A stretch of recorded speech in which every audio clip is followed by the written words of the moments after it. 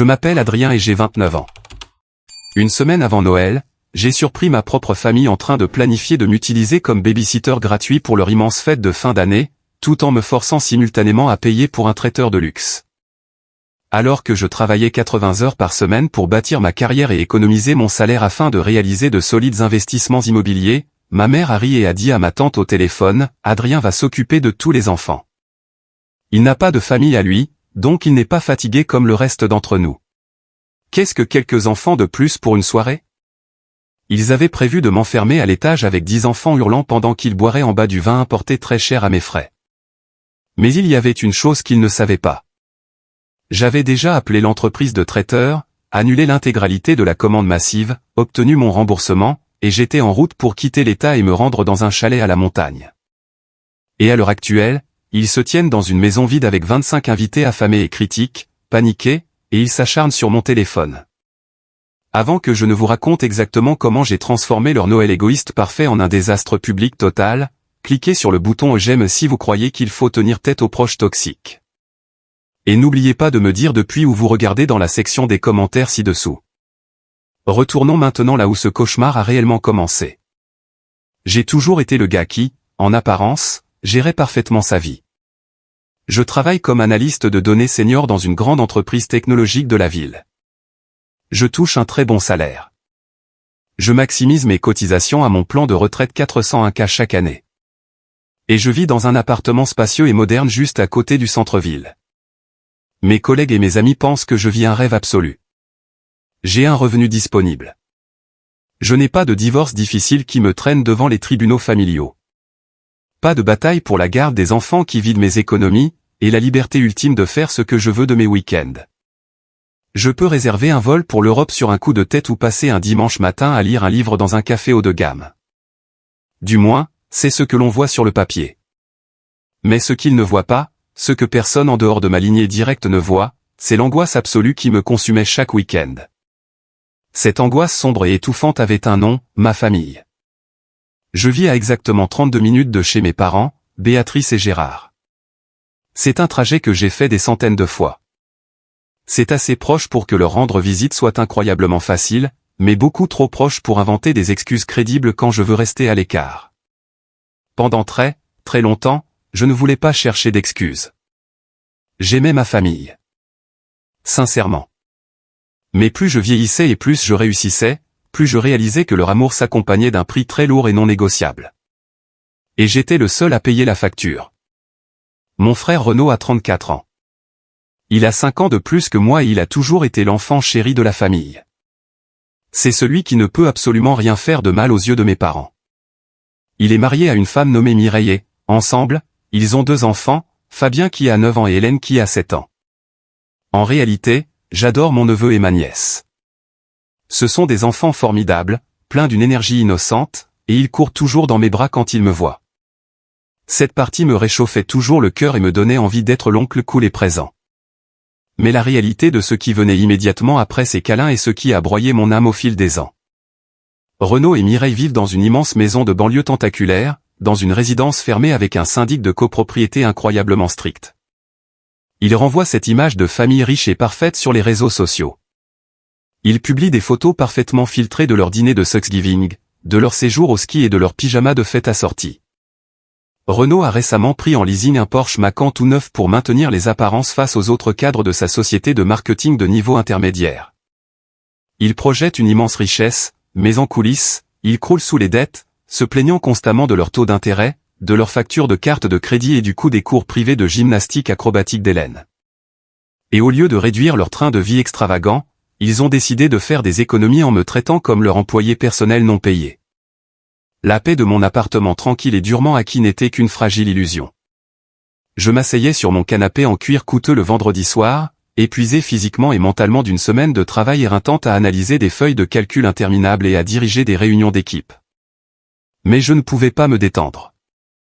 L'anxiété commençait à monter au centre de ma poitrine, serrée et brûlante. Je savais que mon week-end ne m'appartenait pas. Mon temps, mon énergie et ma tranquillité d'esprit appartenaient à Renaud. Et le pire dans toute cette dynamique, c'était que mes parents y contribuaient activement. Ils l'encourageaient. Ils traitaient mon temps comme s'il n'avait aucune valeur, simplement parce que j'étais un homme célibataire sans enfant. Ils regardaient ma vie, mon appartement propre et ma chambre d'amis vide, et ils y voyaient une toile vierge qu'ils avaient le droit divin de recouvrir de leurs propres responsabilités chaotiques. Ils pensaient que j'étais faible. Ils pensaient que j'étais une chiffre molle qui ravalerait sa fierté pour toujours pour maintenir la paix. Je pensais que le pire était passé, que j'avais accepté mon triste sort. Je me trompais si lourdement. L'exploitation réelle n'avait même pas encore commencé. Presque chaque samedi matin, vers 9 heures, un coup violent et exigeant retentissait à la porte de mon appartement. Ce n'était jamais un tapotement poli. C'était un martèlement rythmé et autoritaire qui faisait trembler le bois dans son cadre. Je pouvais être en train de préparer ma première tasse de café, ou être encore au lit, essayant désespérément de rattraper mon sommeil après avoir travaillé tard sur le lancement d'un projet majeur pour un client important. Cela n'avait pas d'importance. Je me traînais jusqu'à la porte, je l'ouvrais, et Renaud et Mireille se tenaient là. Ils arboraient toujours ces sourires géants et terriblement faux. Fabien et Hélène sautaient partout dans le couloir, leur lourd sac à dos bourré de jouets en plastique, de briques de jus à moitié vides et de tablettes collantes suspendues à leurs petites épaules. Renaud entrait immédiatement dans mon espace personnel, me tapait fort sur l'épaule et projetait sa voix comme s'il jouait pour un public « Salut mon pote ». Les enfants ont supplié de voir leur oncle préféré toute la semaine. Ils n'ont pas arrêté de parler de toi. Mireille ne me regardait même pas dans les yeux. Elle se tournait déjà vers l'ascenseur, vérifiant son téléphone, faisant défiler ses notifications. Elle jetait un sac à langer emballé à la hâte sur mon tapis d'entrée immaculé et disait « Merci, Adrien. Tu nous sauves la vie. Nous avons des visites programmées pour de nouveaux investissements immobiliers. Et ensuite, une réservation pour un brunch. » Avant même que je ne puisse formuler une phrase complète pour protester, avant que je ne puisse préciser que j'avais une terrible migraine ou que j'avais un rendez-vous prévu cet après-midi-là, ils étaient déjà partis. Les portes de l'ascenseur se refermaient, les emportant vers leur journée de spa en couple, leur brunch au mimosa à volonté et leur week-end de luxe sans enfants. 12 à 14 heures plus tard, ils revenaient enfin. Parfois, ils ne prenaient pas la peine de se présenter avant 22 ou 23 heures. Ils entraient dans mon appartement avec une mine totalement reposée, sentant les cocktails au gin coûteux et le parfum de marque. Pendant ce temps, je me tenais au milieu de mon salon, qui ressemblait désormais à une zone de guerre. Le sol était entièrement jonché de pièces de Lego pointues. Des taches de jus collant souillaient mes tapis de valeur, et des croûtes de pizza à moitié mangées étaient enfoncées dans les coussins de mon canapé. Les enfants étaient fatigués, pleuraient et se disputaient pour la télécommande de la télévision. Au début, je me mentais à moi-même. Je me disais que j'étais juste un bon frère, présent pour sa famille. La famille s'entraide, n'est-ce pas? C'est le mantra qu'on m'a enfoncé dans la gorge depuis ma naissance. Mais après le 10e week-end d'affilée, puis le 20e, puis le 30e, il est devenu douloureusement et indéniablement évident qu'il ne s'agissait pas de resserrer les liens familiaux. C'était de l'exploitation pure et simple. J'étais leur service de garde gratuit. Je leur faisais économiser des milliers de dollars par mois en frais de babysitting pour que Renaud puisse payer les mensualités de sa Porsche Macan et que Mireille puisse s'acheter des sacs à main de créateurs. Il y a 3 mois, j'ai fini par atteindre mon point de rupture absolue. C'était un dimanche matin. Les enfants étaient partis tard la veille et j'étais assis à ma table de cuisine, fixant d'un regard vide l'écran de mon ordinateur portable. Ma tête me lançait à cause d'un violent mal de crâne dû à la tension. Mon appartement sentait le fromage rassis et les lingettes humides. J'ai pris mon téléphone et j'ai appelé Renaud. J'ai essayé d'être calme. J'ai essayé d'être raisonnable. Je lui ai dit que nous devions sérieusement parler de cette organisation du samedi parce que je frôlais l'épuisement professionnel. La ligne est restée totalement muette pendant un long moment. Puis sa voix est revenue, teintée de ce ton insupportable et condescendant qu'il utilisait toujours pour s'adresser à moi. Il m'a dit que je me comportais de manière complètement égoïste. Il a dit que Mireille et lui travaillaient incroyablement dur toute la semaine pour maintenir leur train de vie et qu'ils avaient à peine du temps de qualité ensemble pour préserver leur mariage. Il a même eu le culot d'élever la voix et de dire « Tu n'as pas de femme, Adrien. Tu n'as pas d'enfant. Qu'est-ce que tu peux bien faire d'autre un samedi à part rester assis à jouer aux jeux vidéo?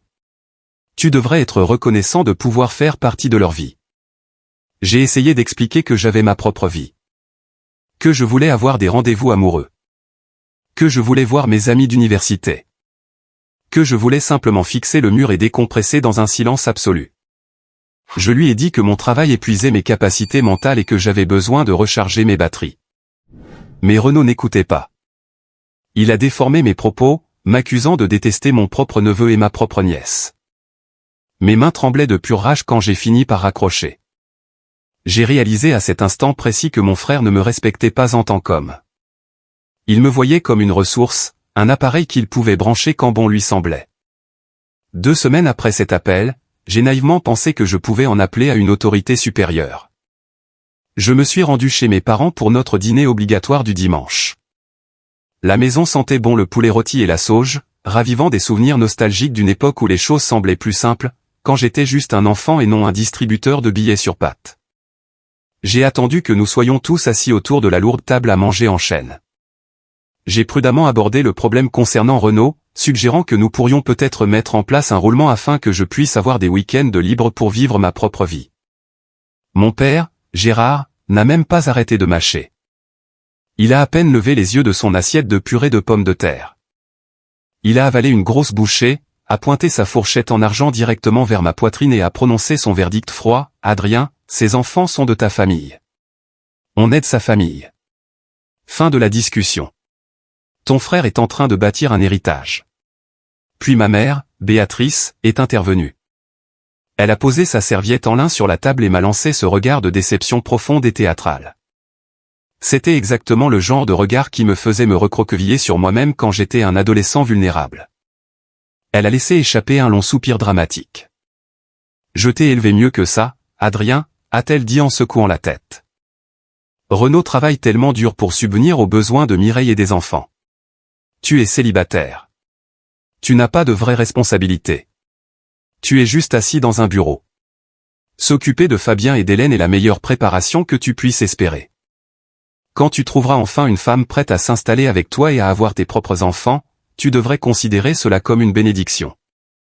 Je suis resté là, complètement figé, fixant les 2 personnes qui étaient censées me protéger et m'aiguiller. L'injustice de la situation manquait de m'étouffer.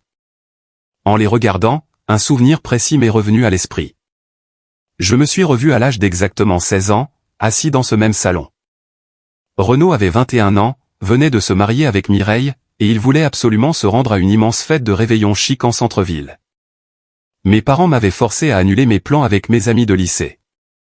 Ils m'avaient ordonné de rester à la maison pour garder 4 enfants en bas âge de notre famille élargie pendant que tous les adultes, y compris Renaud, buvaient du champagne et faisaient la fête.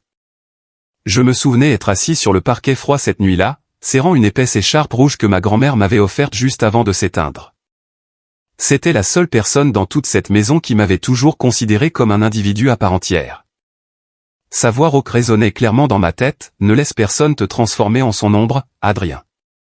Tu brilles par toi-même. » Pourtant, j'avais maintenant 29 ans, j'étais un analyste de données accompli avec un solide portefeuille d'investissement, et absolument rien n'avait changé. J'étais toujours leur ombre. J'étais toujours le perdant désigné sur lequel ils pouvaient décharger leur fardeau. J'ai esquissé un faible sourire à la table. J'ai hoché la tête et j'ai fini de manger mon poulet rôti dans un silence de mort. J'ai joué le rôle du bon fils obéissant. Mais dans ma poitrine, quelque chose de fondamental et d'irremplaçable s'est brisé avec violence. Le lien fragile de la loyauté familiale inconditionnelle s'est rompu. J'ai réalisé qu'ils ne changeraient jamais. Ils ne respecteraient jamais mes limites parce qu'ils estimaient que je n'y avais pas droit. J'ai quitté leur maison ce soir-là en sachant que je devais me protéger. Je savais qu'ils videraient mon compte en banque et détruiraient ma santé mentale si je les laissais faire. J'ignorais simplement jusqu'où ils étaient prêts à aller pour m'exploiter. La première semaine de décembre est arrivée et la ville s'est soudainement couverte d'une épaisse et glaciale couche de neige. J'étais assis à mon bureau, les yeux brûlants alors que je faisais tourner des modèles complexes de données financières pour une fusion d'entreprises majeures. Mon téléphone portable s'est éclairé sur mon bureau, l'écran affichant le nom de ma mère. Je l'ai laissé sonner 4 fois avant de décrocher, préparant tout mon système nerveux à la demande ridicule qui allait suivre. « Salut, Adrien », a dit Béatrice. Sa voix débordait de cette douceur mielleuse et artificielle qu'elle utilisait exclusivement lorsqu'elle voulait obtenir une immense faveur de quelqu'un. « Je t'appelle au sujet de Noël. » Instantanément, les muscles de mon cou se sont crispés et mon estomac s'est noué. Elle a annoncé joyeusement, parlant à toute vitesse, qu'elle organisait une immense fête de fin d'année cette fois-ci. Elle a énuméré la liste des invités comme s'il s'agissait d'un mariage royal. Tante Christine venait avec toute sa famille de 5 personnes. Oncle Michel prenait l'avion pour venir et les riches beaux-parents de Renaud seraient présents. 25 personnes au total. J'ai gardé une voix parfaitement neutre, fixant les chiffres sur mon écran, et je lui ai demandé ce qu'elle voulait que j'apporte. Il y a eu une pause dramatique et très calculée à l'autre bout du fil. J'entendais presque les rouages de son cerveau tourner. Eh bien, a-t-elle commencé, son ton devenant plaintif et impuissant. Je ne pense vraiment pas pouvoir cuisiner un vrai repas pour autant de personnes à mon âge. Mes articulations sont douloureuses cet hiver. J'espérais vraiment que tu pourrais prendre le relais pour la nourriture. Je veux commander un service de traiteur haut de gamme complet auprès de l'entreprise de Monsieur Hubert. Tu sais, le restaurant chic du centre-ville. Tu t'en sors tellement bien dans ton entreprise, Adrien. Le reste de la famille a un peu de mal avec l'économie en ce moment, et cela signifierait énormément pour moi. J'ai serré mon stylo en titane si fort que j'ai cru que le métal allait se tordre. Financer un dîner de fête haut de gamme pour 25 adultes n'était pas un petit service anodin. C'était une charge financière écrasante. J'ai pris une profonde inspiration et je lui ai demandé une estimation du coût. Elle a balayé ma préoccupation d'un ton léger. « Oh, je ne suis pas tout à fait sûr. Peut-être environ 2000 $. Mais ce sera tellement spécial, Adrien. Un grand et magnifique festin pour rassembler tout le monde, et absolument aucun stress pour ta pauvre mère. Tu ne voudrais pas que je reste debout devant un four chaud toute la journée, n'est-ce pas ? 2000 $. C'était exactement la somme que j'avais soigneusement mise de côté sur un compte séparé pour l'apport d'un nouvel investissement immobilier que je surveillais. Mais elle a joué la carte de la culpabilité toxique avec tant d'insistance, jouant le rôle de la mère âgée et fatiguée à la perfection. Comme un imbécile, conditionné par des décennies de programmation psychologique profonde, j'ai cédé. J'ai accepté. Je lui ai dit que je m'occuperais de la commande du traiteur. Elle m'a immédiatement couvert d'éloges, me qualifiant de fils merveilleux et généreux, et m'a promis de m'envoyer par email la liste détaillée des restrictions alimentaires de chacun et de leurs plats préférés. Exactement une semaine plus tard, le piège qu'il m'avait méticuleusement tendu s'est refermé brutalement. J'étais en pleine réunion stratégique cruciale quand mon téléphone a vibré dans ma poche. C'était un numéro local inconnu. Je suis sorti dans le couloir silencieux et moquetté du bureau pour prendre l'appel. « Adrien, c'est Monsieur Hubert de l'entreprise de traiteur », a dit l'homme d'un certain âge en se raclant la gorge. « Nous avons un léger problème logistique avec votre commande du réveillon de Noël. Le jambon glacé au miel importé est actuellement indisponible en raison d'un problème majeur dans la chaîne d'approvisionnement de notre distributeur européen. Pouvons-nous le remplacer par notre dinde rôtie aux herbes de qualité supérieure ? » Je me suis appuyé contre la paroi vitrée de la salle de conférence et je lui ai dit que ce remplacement convenait parfaitement. Mais avant de raccrocher, mon esprit d'analyse a repris le dessus. Je lui ai demandé d'afficher la facture et de me confirmer le montant total afin que je puisse autoriser ma banque à valider le prélèvement important à venir. Je m'attendais tout à fait à ce qu'il me dise 2000 $, peut-être un peu plus avec les taxes et les frais de livraison. Le couloir m'a soudainement semblé glacial. Tout le sang a quitté mon visage. J'ai serré le téléphone plus fort et je lui ai demandé de répéter le chiffre. Il l'a fait. 4500 $.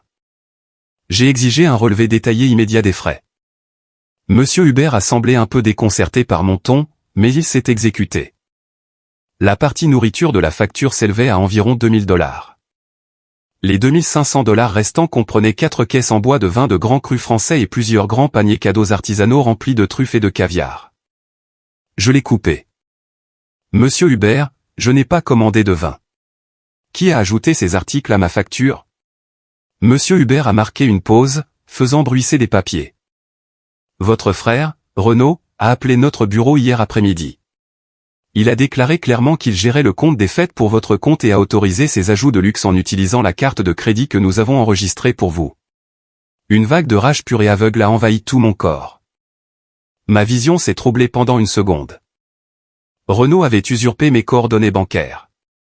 Mon frère, l'enfant chéri, utilisait activement mon salaire durement gagné pour jouer les hommes riches et généreux devant ses beaux-parents snobs, s'offrant du vin de luxe à mes frais sans même avoir la décence élémentaire de me le demander d'abord. Il me volait, et ma mère avait orchestré ce compte ouvert. J'ai dit à Monsieur Hubert de ne rien traiter pour le moment, et que je le rappellerai avant la fin de la journée. Ce soir-là, je me suis rendu directement chez mes parents. La neige crissait bruyamment sous mes lourdes bottes d'hiver tandis que je remontais la longue allée. La maison était décorée de manière excessive, illuminée par des milliers de lumières de Noël scintillantes, projetant une lueur chaleureuse et parfaite qui n'était en réalité qu'un mensonge absolu. J'ai utilisé mon double des clés, j'ai déverrouillé la porte d'entrée et je l'ai poussée silencieusement. L'odeur riche du rôti et des pommes cuites m'a immédiatement assailli. J'étais sur le point de me diriger vers le salon pour exiger des explications sur l'argent volé, mais je me suis arrêté net dans le couloir sombre. Béatrice se tenait dans la cuisine brillamment éclairée, un verre de vin à la main, le téléphone collé à l'oreille. Elle parlait fort à tante Christine et elle riait. « Oh, Christine, ce sera absolument parfait », disait ma mère, sa voix résonnant sur le carrelage. « Oui, Adrien va s'occuper de tous les enfants. Ne te donne même pas la peine d'apporter des jouets ou des tablettes pour les occuper. Nous installons la chambre d'amis du fond avec des films, et Adrien n'a qu'à rester enfermé là-haut avec eux pendant que tous les adultes s'amusent en bas. » J'ai arrêté de respirer. L'air dans mes poumons s'est changé en glace. 10 enfants hurlants, gavés de sucre et hyperactifs, et ils prévoyaient activement de m'enfermer à l'étage avec eux comme un domestique en cage. Pendant ce temps, ils prévoyaient de boire pour $2500 de vin que j'étais censé payer. Béatrice a bu une gorgée de son vin et a continué, sa voix descendant d'un ton pour devenir un murmure complice. Mais dans la maison silencieuse, j'entendais absolument chaque syllabe. Ça tombe sous le sens, Christine. Adrien n'a pas de famille à lui, donc il n'est pas fatigué comme nous. Il n'a pas de vraie vie. De toute façon, il fait du babysitting tous les samedis pour Renaud. Il a l'habitude du bruit. Qu'est-ce que quelques enfants de plus pour une soirée? De plus, l'imbécile a accepté de payer toute la facture du traiteur, donc je n'ai pas à lever le petit doigt cette année. Je suis resté figé dans le couloir sombre. Mes mains se sont serrées en poings si fort que mes ongles se sont enfoncés profondément dans mes paumes. Mon cœur battait si fort et si vite que cela me faisait physiquement mal aux côtes. Ce n'était pas un simple malentendu. Ce n'était pas une famille qui s'entraidait dans une période économique difficile. C'était un coup monté hautement calculé et profondément malveillant. Il n'avait absolument pas l'intention de me laisser participer au fait en tant qu'être humain. Il considérait ma présence comme rien de plus qu'un distributeur de billets sur pattes et un service de babysitting gratuit. Le manque de respect était vertigineux. Je me tenais dans la maison même où j'avais grandi, écoutant ma propre mère planifier de gâcher mes fêtes, de m'humilier devant la famille élargie et de vider mon compte en banque. J'ai fait un lent pas en arrière. J'ai reculé doucement hors de la maison, tirant délicatement la porte d'entrée jusqu'à ce qu'elle se referme sans un bruit. Je ne l'ai pas affronté.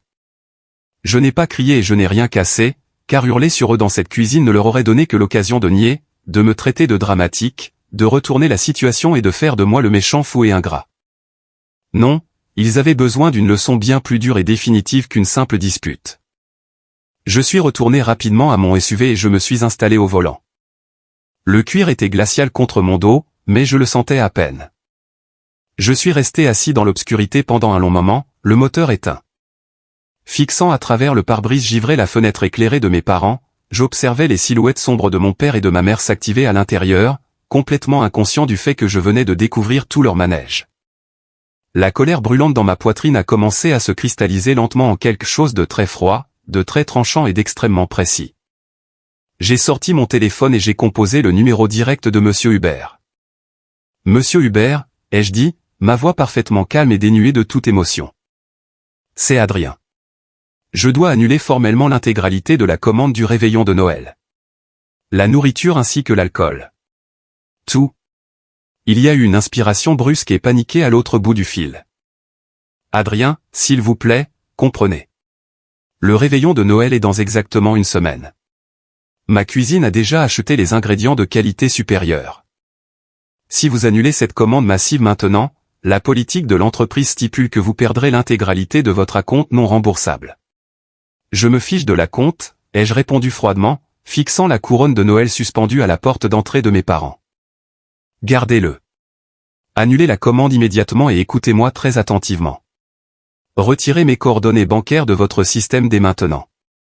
Si quelqu'un nommé Renaud appelle votre bureau pour tenter de rétablir cette commande, vous lui dites que la carte enregistrée a été refusée et qu'il devra payer l'intégralité des 4500 $ à l'avance et en espèces. M. Hubert a marqué une pause, sentant la décision terrifiante et définitive dans mon ton. Compris, Adrien. La commande est officiellement annulée. Quand j'ai raccroché, un poids physique énorme s'est envolé de mes épaules. Je venais de couper court à leur fête gratuite. Mais je connaissais ma famille. Je connaissais leur persistance. Si je restais dans mon appartement en ville au moment où la nourriture n'arriverait pas le soir du réveillon, ils viendraient marteler ma porte. Ils exigeraient que je commande des plats à emporter d'urgence à mes frais, ou ils essaieraient physiquement de me traîner chez eux pour accomplir mes tâches à l'étage avec les 10 enfants hurlants. Je devais être totalement injoignable. J'avais besoin d'un alibi. J'avais besoin d'une échappatoire. J'ai fait défiler rapidement mes contacts et j'ai trouvé le numéro de Nathalie. Nathalie et moi avions étudié à l'université ensemble, et nous nous étions récemment recontactés lors du mariage d'un ami commun. Elle était intelligente, gentille et incroyablement équilibrée. Un mois plus tôt, elle m'avait invité à rejoindre sa famille pour les fêtes dans le Colorado. Ses parents possédaient un magnifique et vaste chalet en rondins dans les montagnes. À l'époque, complètement conditionné par le devoir, j'avais poliment refusé, lui racontant des sornettes sur le fait que la famille passait en premier et que l'on avait désespérément besoin de moi à la maison. Maintenant, fixant l'email de confirmation d'annulation qui s'affichait sur mon écran, j'ai appuyé sur le bouton d'appel. Nathalie a répondu dès la deuxième sonnerie, sa voix enjouée couvrant le bruit de fond d'une télévision. J'ai ravalé ma fierté, pris une profonde inspiration et demandé « Salut, Nathalie. Écoute, je sais que c'est incroyablement tard, mais tu te souviens de cette invitation dans le Colorado ? Est-ce qu'il y a une chance qu'elle soit toujours d'actualité ?» Elle n'a pas hésité une seule seconde. « Tu plaisantes ? » Absolument. Viens le 23. Mes parents seraient enchantés de t'accueillir. Nous prévoyons un grand dîner de côte de bœuf, nous allons faire des bonhommes de neige et skier toute la semaine. Viens fuir la ville. Je l'ai remercié chaleureusement, sentant une boule d'émotion inhabituelle dans ma gorge. C'était la toute première fois depuis des années que quelqu'un m'invitait à une fête simplement parce qu'il appréciait ma compagnie, et non parce qu'il avait besoin de mes services ou de mon portefeuille. Les jours suivants au travail se sont déroulés dans un tourbillon d'efficacité. J'ai bouclé tous mes dossiers en cours, soumis mes derniers rapports de données et configuré mon email avec une réponse automatique d'absence stricte. Le soir, j'ai emballé mes affaires d'hiver dans des sacs de sport et les ai chargés dans le coffre de ma SUV. Pendant ce temps, mon téléphone ne cessait de vibrer. J'ai ignoré chaque message de Renaud se plaignant des frais de copropriété élevés ce trimestre, sous-entendant qu'il avait besoin d'argent. J'ai ignoré chaque email de ma mère m'envoyant des liens vers des ronds de serviettes de fête coûteux qu'elle voulait que j'achète pour correspondre à l'esthétique du traiteur. J'ai mis la discussion de groupe familial complètement en sourdine. Le matin du 23 décembre, l'air était glacial. J'ai quitté la ville avant même que le soleil ne soit levé. La circulation des fêtes était déjà dense, une mer de feux arrière rouges alors que chacun se dépêchait de rejoindre sa famille. Mais quand j'ai enfin atteint l'autoroute, regardant la silhouette étouffante de la ville disparaître dans mon rétroviseur, j'ai ressenti un sentiment enivrant de liberté pure. Je m'éloignais de près de 3 décennies de manipulation émotionnelle et d'abus financiers.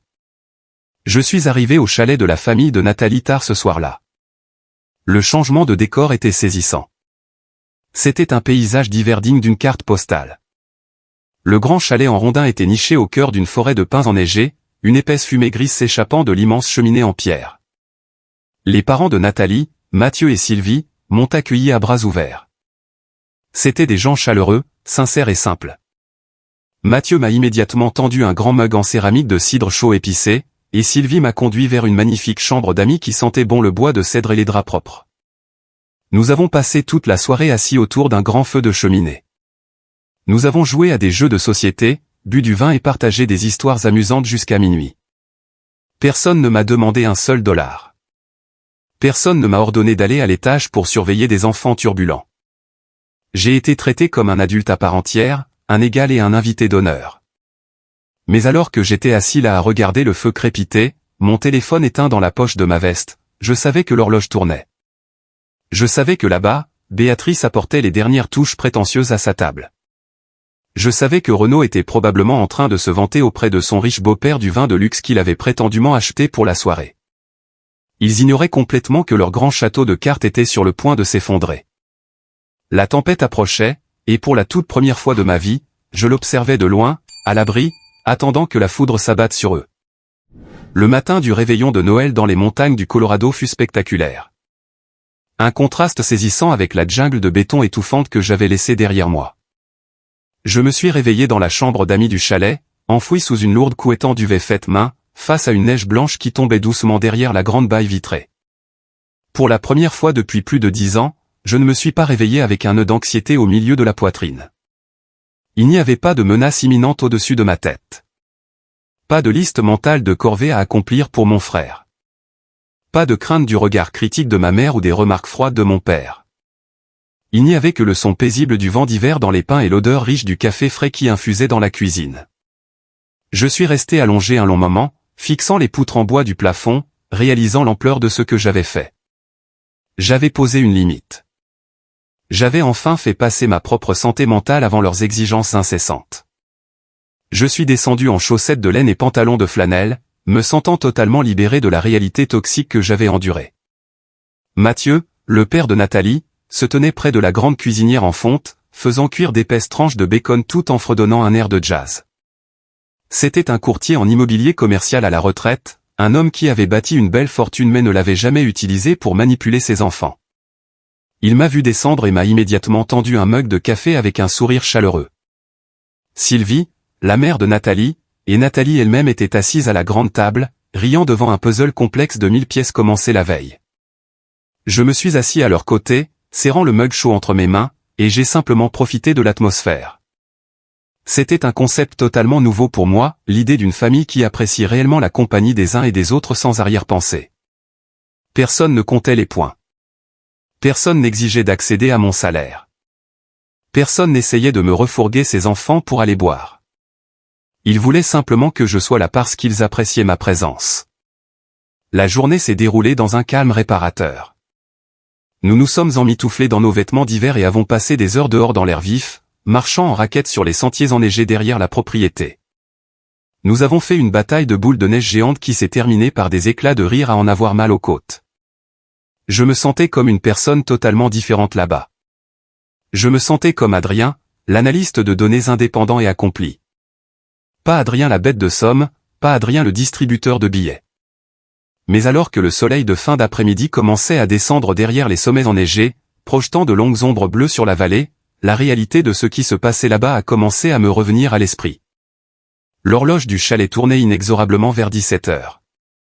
17 heures, c'était l'heure exacte où les camionnettes du traiteur de luxe devaient s'engager dans l'allée parfaitement déneigée de mes parents. 17 heures, c'était le moment précis où 25 invités affamés, y compris les beaux-parents très aisés de Renaud, allaient commencer à regarder vers la cuisine pour le festin qu'on leur avait promis. Je me suis éclipsé du salon chaleureux, disant à Nathalie que je devais juste vérifier mes emails professionnels une dernière fois avant que les fêtes ne commencent vraiment et que nous ne nous déconnections. Je suis monté à l'étage, j'ai refermé la lourde porte en chêne de ma chambre et je me suis assis sur le bord du matelas. La pièce était fraîche, silencieuse.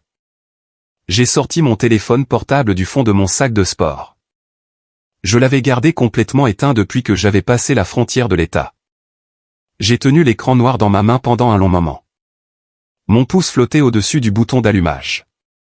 Mon rythme cardiaque a commencé à s'accélérer, la vieille panique essayant de me serrer la gorge, mais je l'ai repoussée. J'étais à des milliers de kilomètres. Il ne pouvait pas m'atteindre ici. J'ai appuyé sur le bouton. L'écran s'est éclairé. Le téléphone s'est connecté au réseau. L'appareil s'est mis à vibrer presque au point de m'échapper des mains. C'était un véritable champ de bataille numérique. Les notifications s'enchaînaient dans un sifflement ininterrompu. J'avais 23 appels manqués de ma mère, 17 appels manqués de Renaud, 8 appels manqués de my père. Des dizaines de SMS inondaient l'écran de verrouillage, s'empilant si vite que je pouvais à peine lire les aperçus. Les messages commençaient par une légère confusion, puis passaient à l'agacement pour finir par une panique totale. « Adrien, où es-tu ? Les invités arrivent et tu n'es pas là pour aider à installer la pièce des enfants. Adrien, la nourriture n'est pas là. As-tu donné la bonne adresse au traiteur ? Appelle-les immédiatement. Décroche ce maudit téléphone tout de suite. Ce n'est pas drôle. Les parents de Mireille demandent du vin. Je suis resté assis à regarder l'écran s'allumer à nouveau. Un autre appel de Béatrice faisait vibrer l'appareil. J'ai pris une profonde inspiration, sentant l'adrénaline chasser les derniers restes de peur. J'étais prêt. J'ai laissé sonner 3 fois avant de faire glisser mon pouce sur l'écran et de porter le téléphone à mon oreille. « Où es-tu, bon sang ?»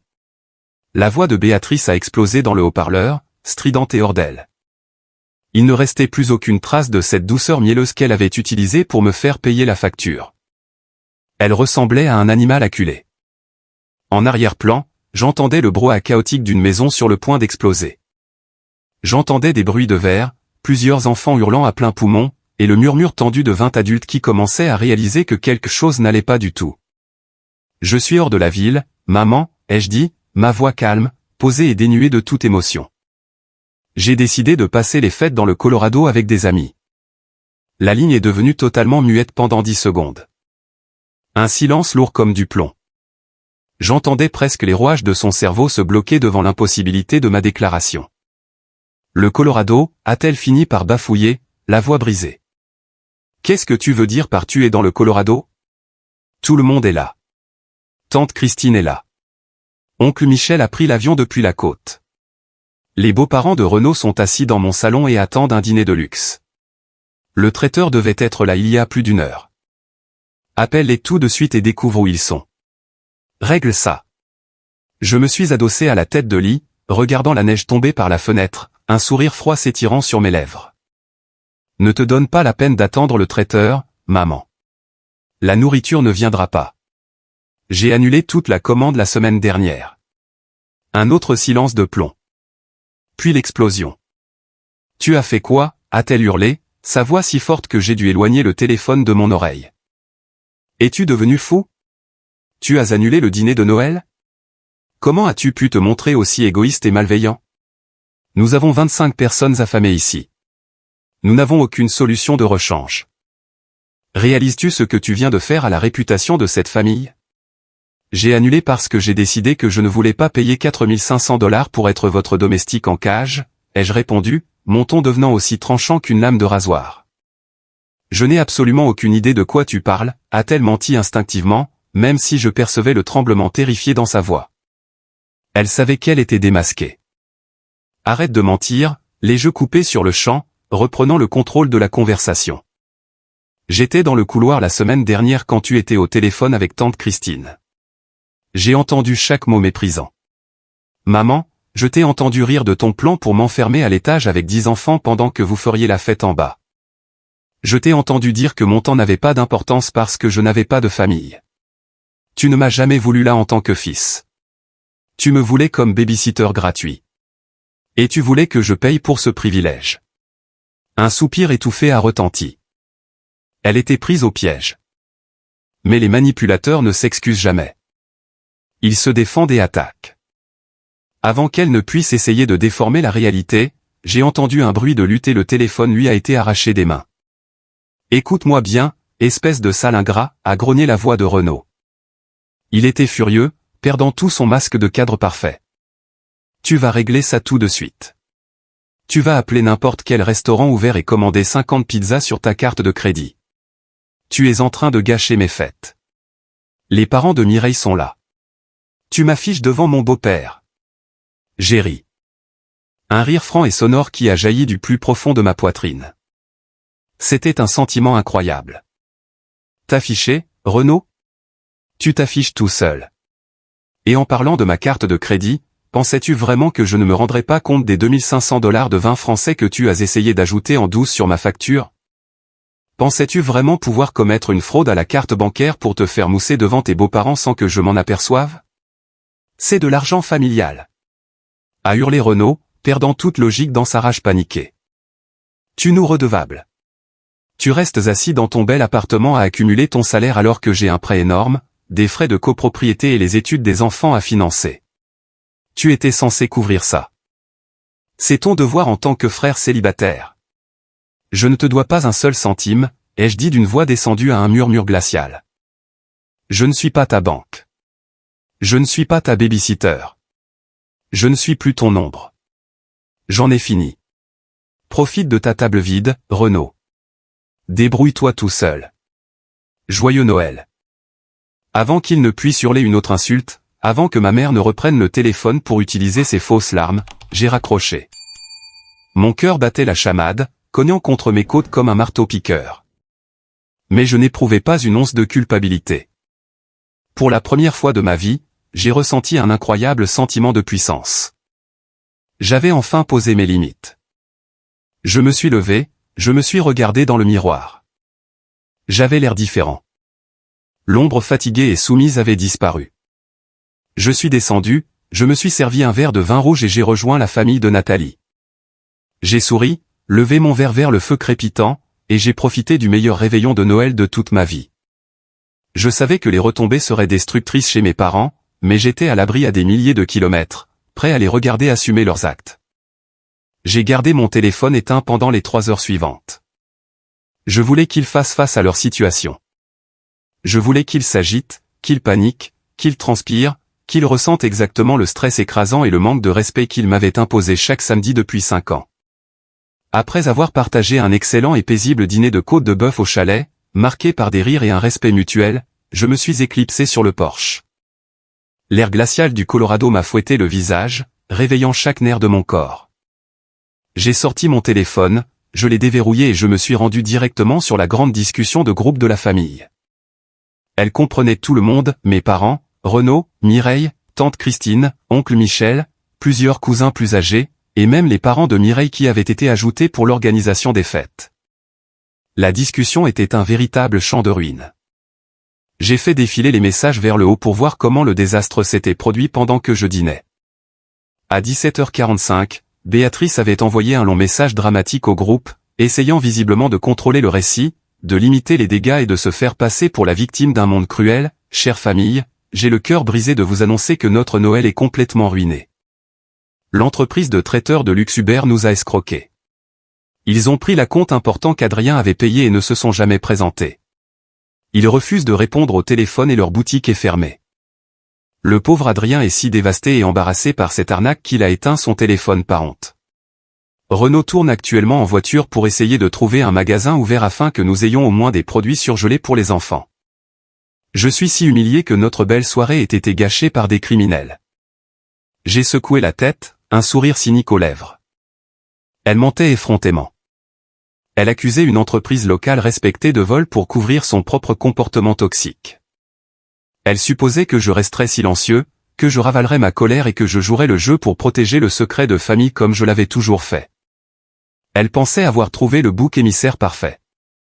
Mais Béatrice avait fait une énorme erreur de calcul.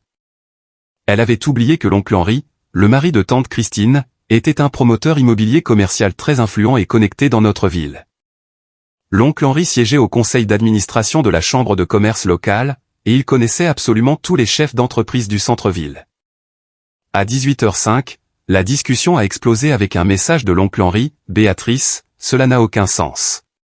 Je connais Hubert depuis 25 ans. Nous jouons au golf ensemble au country club chaque dimanche. Son entreprise s'occupe de tous mes événements professionnels et de mes galas de charité. C'est l'homme le plus fiable et honnête de la ville. Il ne prendrait jamais un acompte pour disparaître le soir du réveillon. Ce serait un suicide professionnel. Laisse-moi l'appeler en FaceTime tout de suite. Il gère généralement sa cuisine principale personnellement les jours de fête. J'imaginais la terreur glaciale qui avait dû s'emparer de ma mère et de mon frère en lisant ce message. La panique dans ce salon bondé devait être palpable. J'ai continué à faire défiler, observant les heures défiler à mesure que le château de cartes s'effondrait. Tante Christine, Henri est en FaceTime avec Monsieur Hubert dans le couloir. Quelque chose ne va pas du tout. Henri a l'air furieux. Cousin Guillaume, les gars, ça devient dingue là.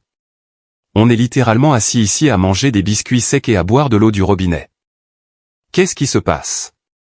À 18h15, l'oncle Henri a jeté un pavé dans la mare à la vue de tous, je viens d'avoir Hubert au téléphone. Il n'a escroqué personne. Il m'a dit qu'Adrien l'avait appelé personnellement il y a une semaine pour annuler l'intégralité de la commande. La nourriture ainsi que les 2500 $ de vin français que Renaud a essayé d'ajouter en douce sur son compte. Hubert m'a dit qu'Adrien lui avait explicitement demandé de ne pas laisser Renaud rétablir la commande sans payer en espèces à l'avance. Béatrice, Renaud, qu'est-ce qui se passe ici en réalité? Pourquoi nous mentez-vous? La discussion est restée totalement inactive pendant 15 minutes. Pas une seule personne n'a écrit. Le silence pesant de 25 personnes assises dans une maison vide, réalisant qu'elles avaient été trompées par leurs hôtes, transparaissait à travers l'écran. C'était mon moment. La scène était prête. La vérité allait éclater. Je n'avais pas besoin de crier. Je n'avais pas besoin de me défendre avec de longs messages émotionnels. J'avais des données concrètes, et en tant qu'analyste, je savais que les chiffres ne mentaient pas. J'ai appuyé sur l'icône d'ajout dans la discussion et j'ai partagé le reçu PDF de chez Uber Traiteur. Il montrait clairement la commande initiale pour la nourriture, puis l'ajout non autorisé de bouteilles de vin au nom de Renault. Juste sous l'image, j'ai écrit mon premier message, je ne me suis pas fait escroquer et je ne me cache pas par honte. J'ai annulé la commande pour me protéger d'un vol financier. Renault a usurpé mes coordonnées bancaires pour acheter des milliers de dollars d'alcool afin d'impressionner ses beaux-parents, s'attendant à ce que je paie la facture les yeux fermés. Mais ce n'était pas le pire. J'ai annulé la nourriture parce que j'ai découvert que je n'étais pas réellement invité à cette fête en tant que membre de la famille. J'étais invité comme domestique non payé. Avant que quiconque ne puisse formuler une réponse, avant que Béatrice ne tente de formuler un mensonge pour se justifier, j'ai partagé un autre fichier. J'ai sélectionné l'enregistrement audio que j'avais réalisé sur mon téléphone dans le couloir sombre de mes parents une semaine plus tôt. Le son était parfaitement net. J'ai envoyé. Le fichier audio est tombé dans la discussion comme une bombe. Voici la conversation exacte que maman a eue avec tante Christine la semaine dernière. Mettez le son à fond pour que toute la pièce entende. Je me tenais sur le porche, observant les accusés de réception s'afficher les uns après les autres.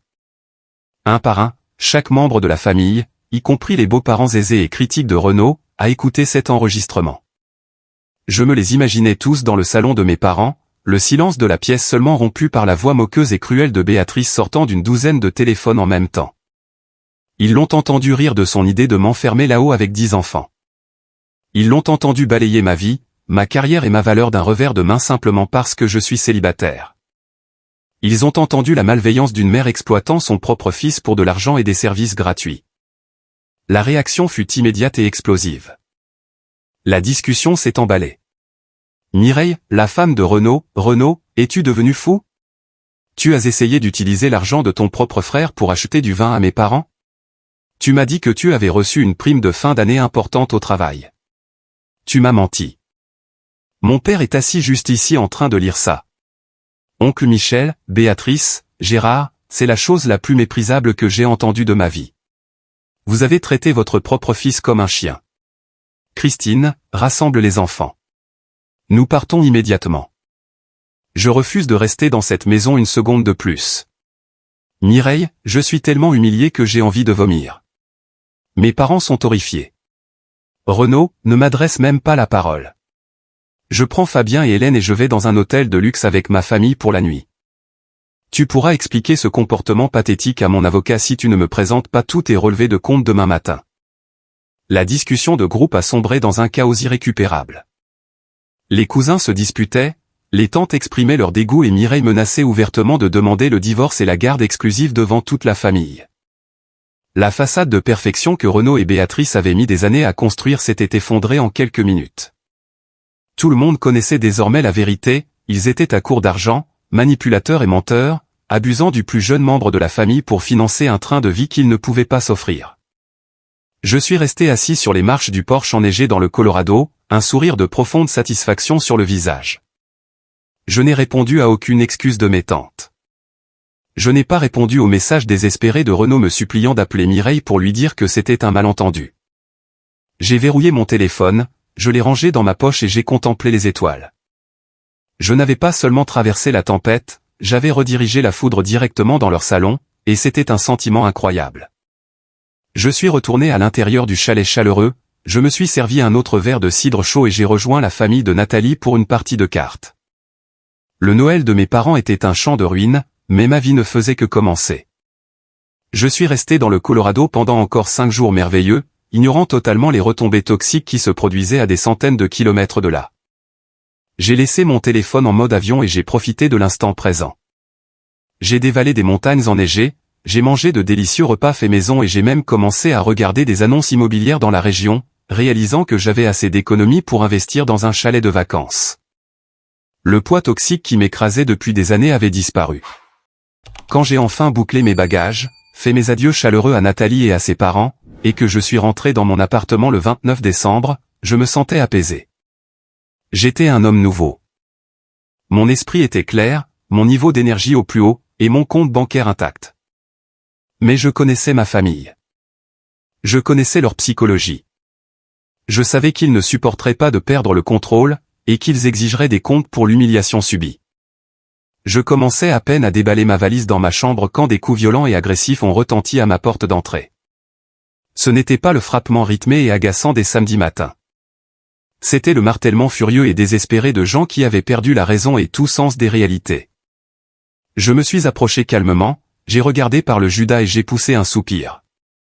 Gérard, Béatrice et Renaud se tenaient dans le couloir. Ils avaient une mine affreuse. Le stress des 5 derniers jours les avait visiblement vieillis. Renaud avait l'air de n'avoir pas dormi de la nuit. Ses cheveux étaient gras et en bataille, il avait des cernes marquées sous les yeux et portait un sweatshirt froissé à la place de ses tenues de marque habituelles. Le visage de Béatrice était gonflé, son maquillage étalé, et ses yeux rouges de colère.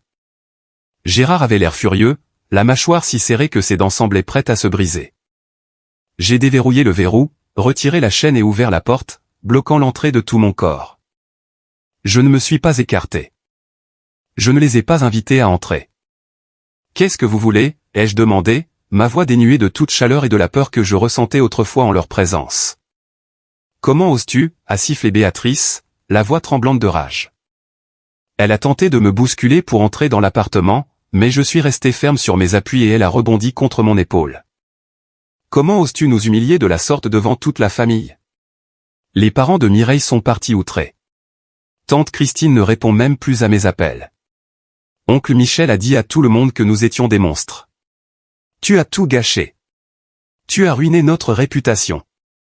Je n'ai rien gâché du tout, ai-je répondu calmement, plongeant mon regard dans ses yeux furieux. Vous avez tout gâché le jour où vous avez décidé de me traiter comme un esclave. Renaud a tout gâché le jour où il a commis une fraude bancaire. Ce n'était pas une fraude, a hurlé Renaud, la voix brisée par le désespoir. Il s'est approché, pointant un doigt tremblant vers ma poitrine. Ça ressemble à un problème personnel, Renaud, ai-je dit en croisant les bras, adossé à l'encadrement de la porte, nullement impressionné par ses larmes. Si tu ne prenais pas en leasing un Porsche que tu ne peux pas t'offrir, si tu n'essayais pas de mener une vie de façade, tu n'aurais pas besoin de voler ton jeune frère pour acheter du vin. Je ne suis pas responsable de l'échec de ton mariage. Je ne suis pas responsable de tes dettes. Tu t'es mis dans cette situation tout seul. Mon père, Gérard, s'est enfin avancé, écartant Renaud. Il a pointé un doigt menaçant vers mon visage, essayant d'utiliser ces vieilles tactiques d'intimidation patriarcale qui fonctionnaient quand j'étais adolescent. Écoute-moi bien, petit insolent. Tu vas appeler ta tante Christine tout de suite, et tu vas appeler les parents de Mireille. Tu vas leur dire que tu as fait une grave dépression nerveuse, que tu as truqué cet enregistrement audio avec une intelligence artificielle, et que tu as commis une terrible erreur. Tu vas rétablir la réputation de cette famille immédiatement, ou alors, je te jure devant Dieu. J'ai fixé l'homme qui avait été incapable de me protéger toute ma vie. L'homme qui avait regardé sa femme m'exploiter sans jamais rien faire d'autre que l'encourager. Je n'appellerai personne, papa. La vérité est sortie. Tout le monde sait exactement qui vous êtes maintenant. Vous êtes fauché, manipulateur et toxique. Le spectacle est terminé. Béatrice a laissé échapper un sanglot théâtral. Elle a serré le col de son manteau d'hiver coûteux, jouant sa dernière carte de victime. Si tu ne règles pas ça, Adrien, nous en avons fini avec toi. Tu m'entends? Je te bannis de cette famille. Tu ne seras plus invité au dîner de Thanksgiving. Tu seras retiré du testament. Tu n'auras rien de notre héritage. Tu ne reverras jamais ton neveu et ta nièce. Tu seras complètement, désespérément seul au monde. Est-ce que c'est cela que tu veux? Elle attendait que je m'effondre. Elle attendait que le vieil Adrien, le petit garçon terrifié et obéissant qui cherchait désespérément l'approbation de sa mère, se jette à genoux pour implorer son pardon. Elle pensait que l'idée de perdre ma famille et mon héritage me ferait paniquer. À la place, un sourire sincère et libéré s'est dessiné sur mon visage. Vous pouvez garder vos dîners de Thanksgiving, ai-je dit doucement, mais ma voix a résonné clairement dans le couloir de l'immeuble. Vous pouvez garder le maigre héritage qu'il vous restera une fois que Renaud aura vidé vos comptes pour payer son avocat de divorce. Et quant à Fabien et Hélène, ils finiront par grandir et comprendront exactement pourquoi leur oncle a dû s'éloigner pour se protéger. Je ne perds pas de famille aujourd'hui, maman. C'est toi qui perds ton babysitter gratuit. C'est toi qui perds ton distributeur de billets. Et franchement, c'est le plus beau cadeau de Noël que j'ai reçu de toute ma vie. Je n'ai pas attendu leur réponse. Je n'avais pas besoin d'entendre une autre parole manipulatrice et toxique. J'ai reculé, j'ai regardé leur visage défait et colérique une dernière fois, et j'ai refermé la lourde porte en chaîne sous leur nez. J'ai tourné le verrou, remis la chaîne de sécurité, et je suis retourné dans ma chambre pour finir de ranger mes affaires. J'entendais Renaud hurler dans le couloir et donner des coups de pied dans la porte, mais cela me semblait lointain. Il n'avait plus aucun pouvoir sur moi. La forteresse était close. 2 mois entiers se sont écoulés depuis cette altercation dans le couloir. Le silence qui a suivi n'était pas seulement agréable, il m'a transformé. Pour la première fois de ma vie d'adulte, mes week-ends m'appartenaient vraiment. J'ai commencé à me réveiller à 8 heures les samedis matins sans la moindre once d'anxiété. Je préparais mon café haut de gamme, je m'asseyais près de mes grandes baies vitrées et j'observais simplement la ville s'éveiller sous mes yeux. Pas d'enfant en pleurs qui saccageait mon salon. Pas de frère arrogant qui venait déposer ses fardeaux avant de s'enfuir. Pas de mère exigeant mon temps et mon argent. Ma carrière a fait un bond en avant considérable, libéré de la charge mentale constante liée à la gestion des crises de ma famille. J'ai investi mon énergie retrouvée dans un grand projet complexe de migration de données au sein de mon entreprise. Les dirigeants l'ont remarqué. J'ai obtenu une promotion majeure, une augmentation significative de mon salaire et, avec l'argent économisé en annulant ce dîner de traiteur absurde et en récupérant mes week-ends, j'ai enfin versé l'apport pour l'achat d'un magnifique duplex moderne en lisière de ville. C'était un excellent investissement immobilier et le symbole concret de ma nouvelle indépendance. Ma relation avec Nathalie s'est transformée en quelque chose de profond. Nous avons commencé à nous fréquenter de manière exclusive, passant nos week-ends à découvrir de nouveaux restaurants, à visiter des musées d'art et à faire de courtes escapades à la montagne. C'était une relation basée sur un respect mutuel réel, un contraste saisissant avec les rapports intéressés et abusifs auxquels j'étais habitué. Mais les familles comme la mienne ne laissent pas leur cible favorite s'en aller si facilement sans tenter de la ramener dans leur filet. Ils essaient toujours de tester les limites. Un mardi soir, alors que j'étais assis sur mon canapé à relire des contrats immobiliers, mon téléphone a vibré sur la table basse. C'était un message de ma jeune cousine Sandrine. Sandrine avait toujours joué le rôle de la médiatrice douce, calme et innocente dans la famille. Elle restait en dehors des conflits, du moins c'est ce que je croyais naïvement. Salut Adrien, je sais que les choses ont été très compliquées ces derniers temps et que la famille est sens dessus dessous, mais tu me manques vraiment. Je sais que tante Béatrice et Renaud ont fait de graves erreurs, mais il reste ta famille malgré tout. Est-ce qu'on pourrait juste prendre un café ce week-end? Aucune pression, je veux juste prendre de tes nouvelles et discuter. 1 an plus tôt, j'aurais mordu à l'hameçon immédiatement. J'aurais ressenti un élan de gratitude à l'idée que quelqu'un de ma famille se soucie encore de moi. Je l'aurais rejointe pour un café et, petit à petit, elle aurait affaibli mes défenses, me culpabilisant pour que je reparle à ma mère, me disant à quel point tout le monde était triste. Mais je n'étais plus ce gars-là. J'ai ouvert mes applications de réseaux sociaux et j'ai fait quelques recherches de base. Il m'a fallu moins de 5 minutes pour trouver exactement ce que je cherchais. Sous une publication récente et très floue de ma mère parlant de chagrin d'amour et de fils perdus, Sandrine avait laissé un commentaire public 2 heures auparavant, « Ne t'inquiète pas, tante Béatrice. Je vais essayer de le raisonner cette semaine. Il finira par revenir.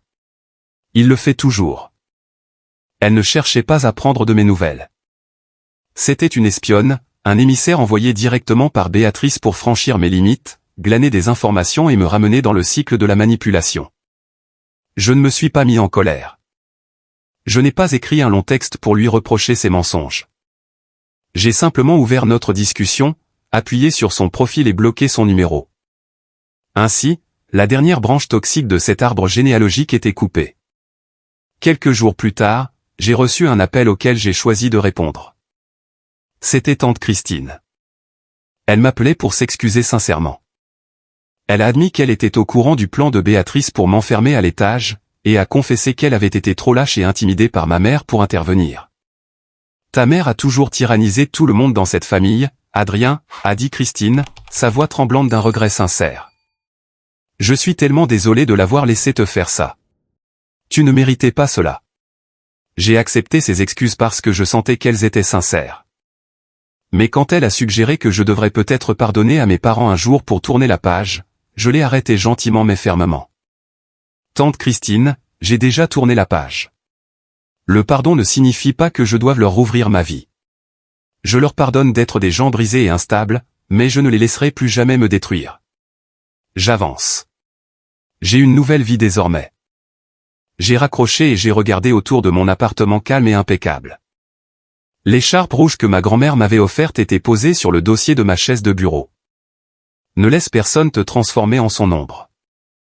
J'étais enfin sorti de l'obscurité pour entrer dans la lumière. J'ai réalisé que le sang ne donne pas de droit d'accès illimité au manque de respect. La famille est censée être un refuge, un lieu de soutien et d'amour, et non un péage financier et émotionnel que l'on doit payer simplement pour exister. J'ai dû accepter d'être le méchant dans leur histoire mensongère pour devenir le véritable héros de ma propre vie. Et au vu de la paix dont je jouis aujourd'hui, je ne changerai absolument rien.